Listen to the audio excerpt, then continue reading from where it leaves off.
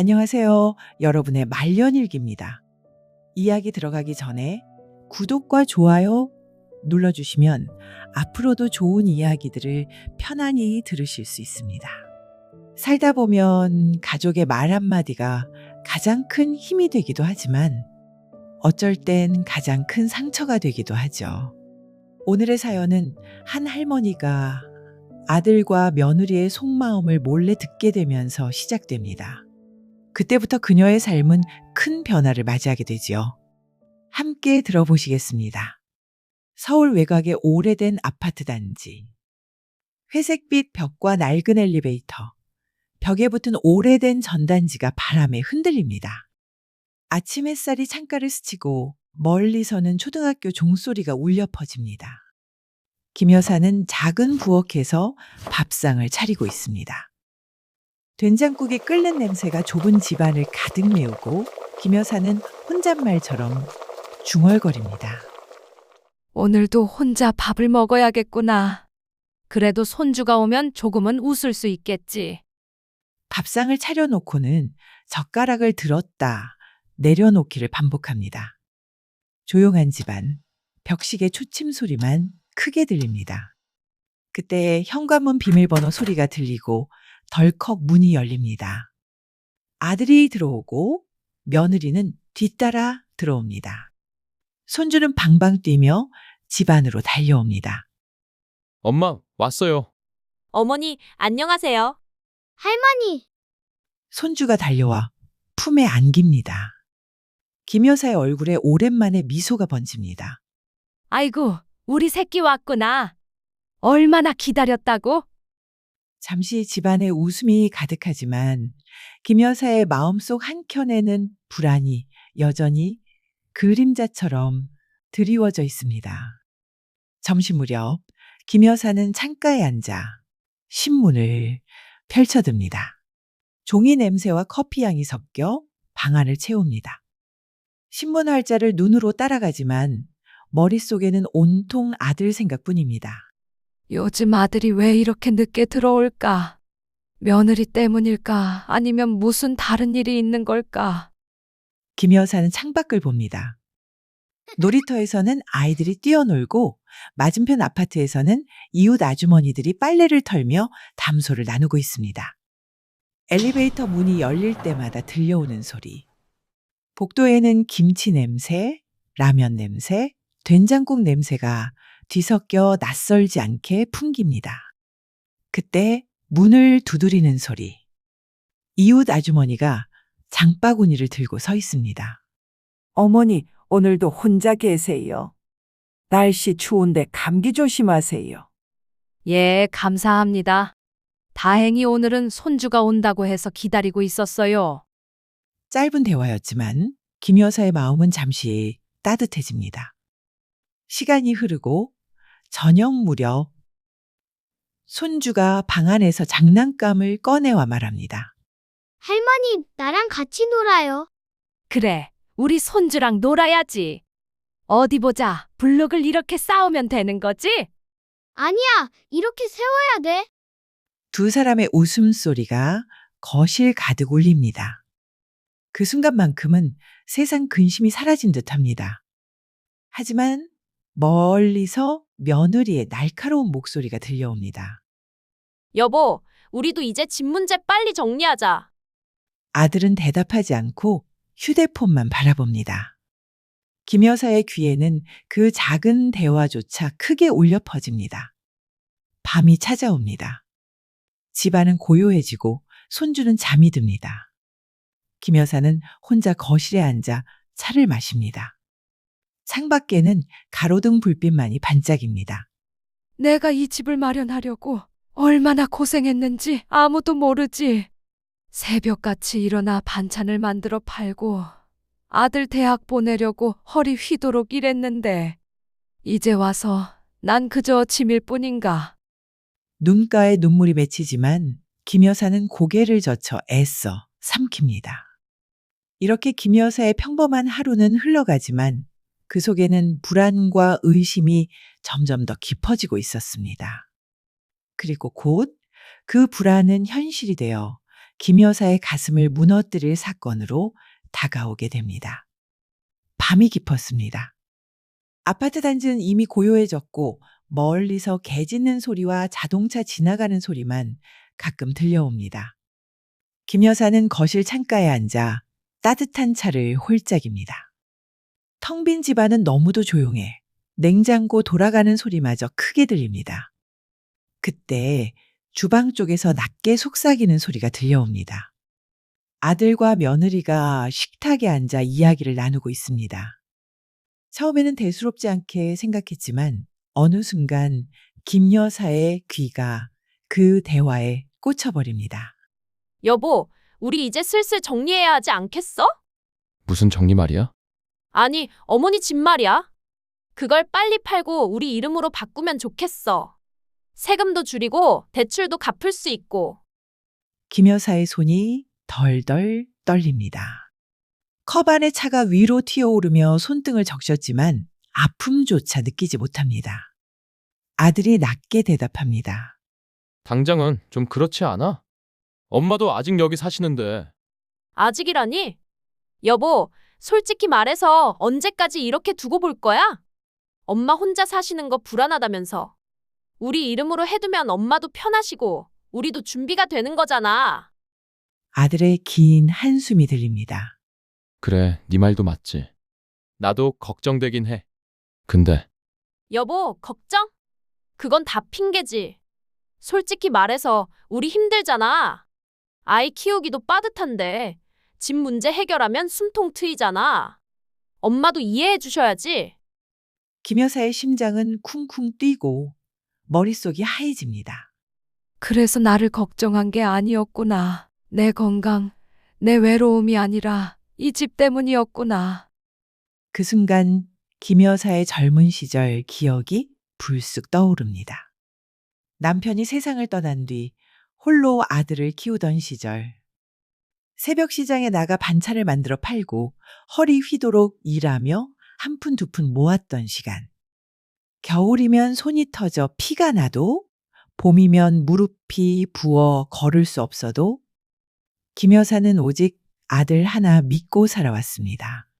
내가 그렇게 애써 모은 집인데 그 집을 저렇게 말하다니. 눈물이 뺨을 타고 흐르지만 김 여사는 손으로 꾹 눌러 닦아냅니다. 울음을 내뱉는 순간 들킬까봐 입술을 세게 깨물어 참습니다.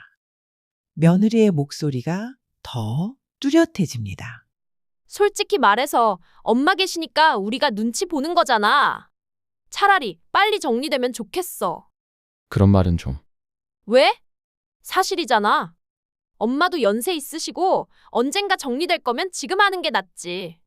괜히 늦게 하면 세금 더 내고 복잡해진다니까. 아들의 입에서 낮게 흘러나오는 한마디. 그래, 네 말대로 하자. 그 순간 김 여사의 손에서 컵이 미끄러져 바닥에 떨어집니다.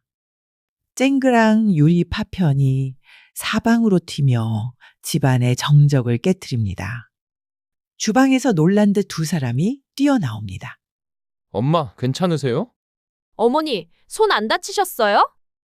김 여사는 고개를 숙인 채 대답하지 못합니다. 눈빛은 흔들리고 가슴은 쿵쾅거립니다. 하지만 애써 미소를 지으며 말합니다. 괜찮아. 내가 좀 덜렁대서 그랬지. 너희는 들어가 쉬어라. 아들은 잠시 멈칫하다가 며느리를 데리고 방으로 들어갑니다. 현관 불빛만 덩그러니 켜진 거실.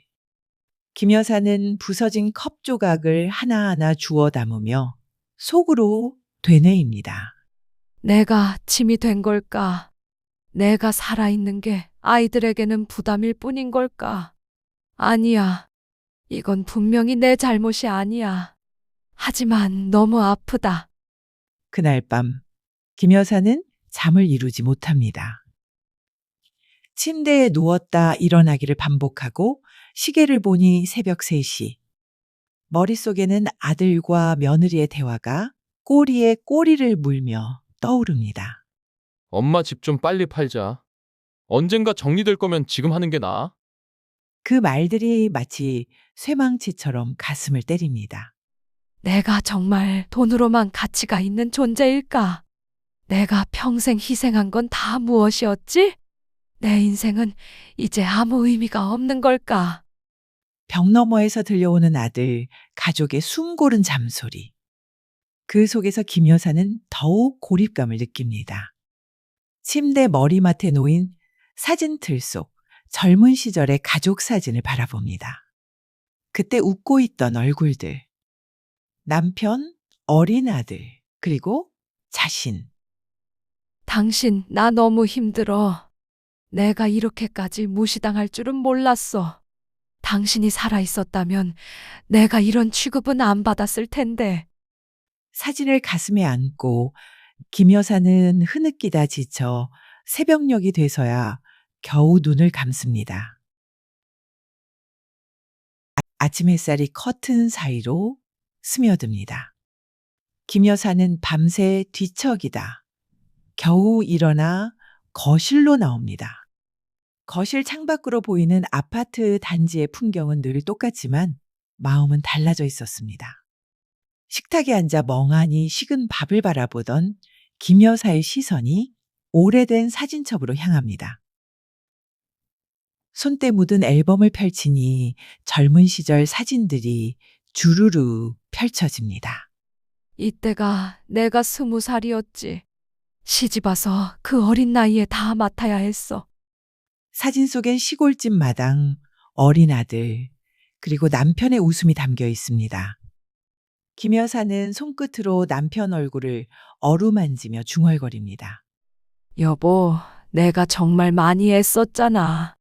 당신이 떠난 뒤에도 혼자 애 키운다고 얼마나 고생했는지 알아? 새벽마다 시장 나가 반찬 만들고 손이 갈라져도 참았어. 아들 대학 보내야 한다고 그때는 그래도 버틸 힘이 있었지. 그런데 그 아들이 지금 나를 어떻게 보는 줄 알아? 목이 메어 앨범을 덮습니다. 그때 초인종이 울립니다.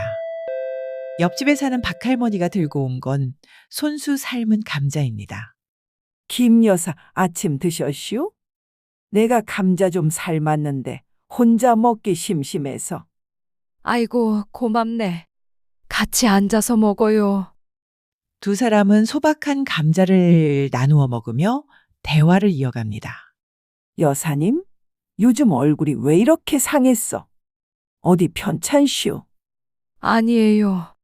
그냥 잠이 잘 안 와서. 참, 우리 나이 되면 별 걱정 다 하지.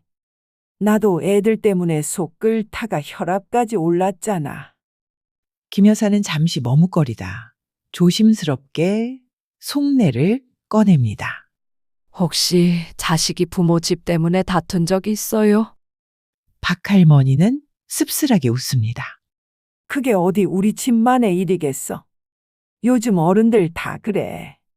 집이든 연금이든 다 돈 문제야. 자식들은 부모 건강보다 그것부터 따지더라고. 김 여사는 고개를 끄덕이며 감자를 삼킵니다. 목이 메어 내려가지 않는 듯하지만 애써 미소를 지어 보입니다.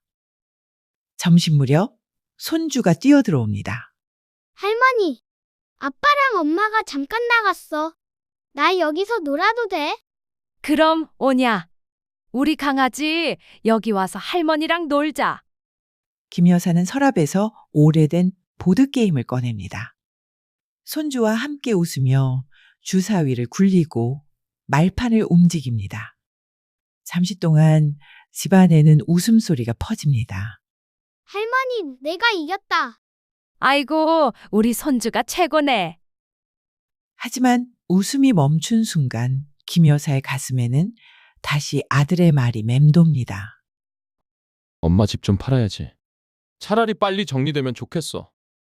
손주의 맑은 눈망울을 보며 김 여사는 속으로 중얼거립니다. 너만 아니었으면 내가 벌써 다 놓아버렸을지도 몰라. 그래, 널 위해서라도 내가 지켜야지. 하지만 그 방법이 뭘까? 저녁이 되어 아들 부부가 돌아옵니다. 며느리는 시큰둥한 얼굴로 인사를 건네고 아들은 피곤한 기색으로 소파에 눕습니다. 김 여사는 아무 말 없이 부엌에 들어가 저녁을 차립니다. 상위에 올려진 찌개와 반찬들. 하지만 아들과 며느리의 젓가락은 몇 번 움직이다 이내 멈춥니다. 어머니, 요즘 반찬이 좀 짜네요. 그러게요, 어머니.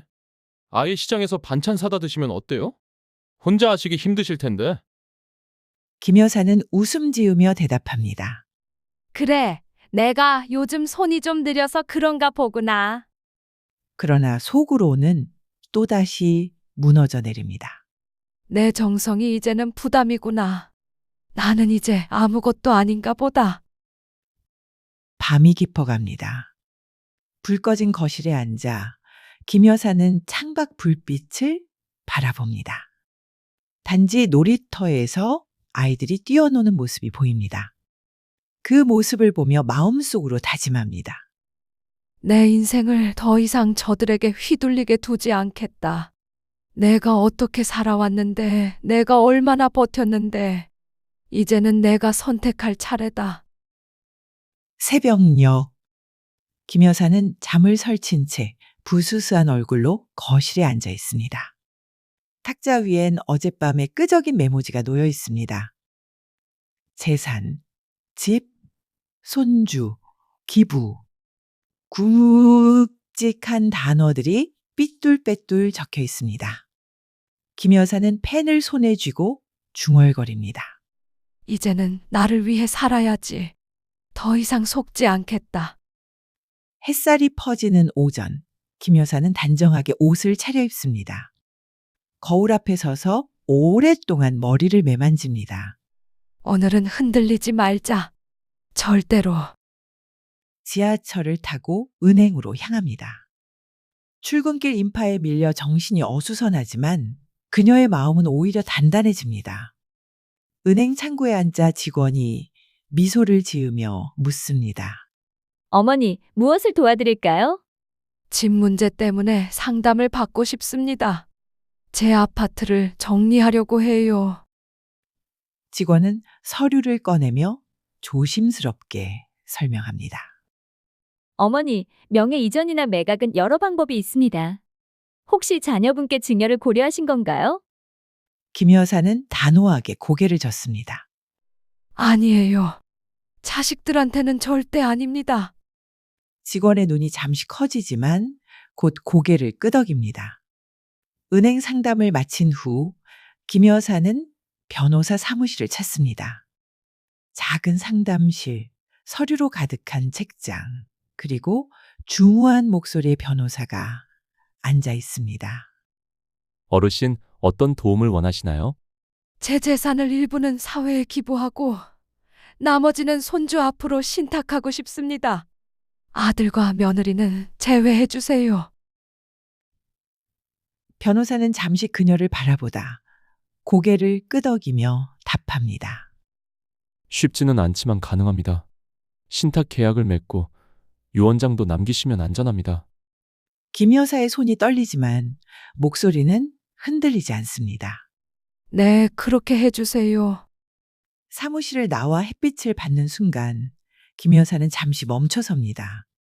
머릿속에는 아들과 며느리의 얼굴이 스쳐 지나갑니다. 엄마 집 좀 팔아야지. 빨리 정리되면 좋겠어. 그 목소리가 귓가에 울리자 김 여사의 눈가가 다시 붉어집니다. 그래도 내가 낳아 키운 자식인데 가슴이 저려오지만 이내 고개를 저으며 다짐합니다. 아니야. 이제는 나를 위해, 손주를 위해 해야 돼. 그래야 내가 무너지지 않아. 집으로 돌아오는 길. 김 여사는 단지 앞 공원에 잠시 앉습니다. 바람에 흩날리는 낙엽. 벤치에 앉은 노인들, 뛰어노는 아이들. 모두 평범해 보이지만 그녀의 마음속은 복잡한 파도처럼 요동칩니다. 내가 왜 이렇게까지 되어야 했을까? 평생을 가족 위해 살았는데 결국 돈 때문에 버려지다니. 하지만 그 돈이 나를 지킬 수도 있겠지. 저녁이 됩니다. 아들 부부가 집에 들러 저녁을 함께 먹습니다. 김 여사는 평소처럼 상을 차리지만 마음은 이미 달라져 있습니다. 며느리의 무심한 말, 어머니, 요즘은 집값이 더 오르기 전에 파는 게 좋대요. 아들의 말, 엄마도 이제 나이 드셨으니 우리가 관리해드리는 게 더 안전하지 않겠어요? 김 여사는 그저 조용히 미소를 지으며 밥을 뜹니다. 그래, 내 말이 맞다. 나도 곧 정리할 거다. 아들과 며느리는 안도한 듯 서로 눈빛을 교환합니다. 하지만 김 여사의 눈빛은 창백한 미소 뒤에 단단히 굳어 있습니다. 밤이 깊습니다. 책상 위에 놓인 서류 봉투, 은행 도장, 변호사와의 계약서, 그리고 기부증서. 김 여사는 봉투를 손으로 덮으며 속으로 말합니다. 이제 끝이다. 내 결심은 흔들리지 않아. 내 인생은 이제 내가 선택한다. 늦은 저녁. 김 여사의 집 초인종이 급히 울립니다. 띵동, 띵동. 문을 열자 아들과 며느리가 다급히 들어옵니다. 그들의 얼굴은 창백하고 손에는 은행 서류와 기부증서 복사본이 들려 있습니다. 아들이 떨리는 목소리로 묻습니다. 엄마, 이게 뭐예요? 정말로 집을 팔고 손주 앞으로 신탁을 하신 거예요? 며느리는 눈을 부릅뜨며 말합니다. 어머니, 이건 아니잖아요. 저희랑 상의도 안 하시고 어떻게 이럴 수가 있어요? 김 여사는 조용히 그들을 바라봅니다. 차분한 목소리로 대답합니다. 너희는 내 피부치지? 하지만 내 인생을 존중하지 않았어. 내가 죽으면 편하겠다 했잖니. 내 집을 팔아 자기 이름으로 바꾸고 싶다 했지. 이제 내 걱정은 하지 마라. 너희 인생이나 잘 살아라. 아들은 당황해 어머니 앞으로 다가섭니다. 엄마, 제가 그럴 의도는 아니었어요. 그냥 엄마가 편하시라고. 하지만 목소리는 흔들리고 눈빛은 이미 죄책감에 가득 차 있습니다. 며느리도 말합니다. 어머니, 저희가 경솔했어요. 다시 생각해보니 너무 심했네요. 죄송해요. 집은 어머니가 계속 가지고 계셔도 돼요. 저희가 도와드릴 테니까. 그러나 김 여사는 고개를 저으며 말합니다. 이제 늦었단다. 이미 서류는 다 끝났어. 돌이킬 수 없어. 정적이 흐릅니다. 아들과 며느리는 서로를 바라보며 깊은 한숨을 내쉽니다. 며느리의 눈에는 눈물이 맺히고 아들은 소리 없이 고개를 떨굽니다.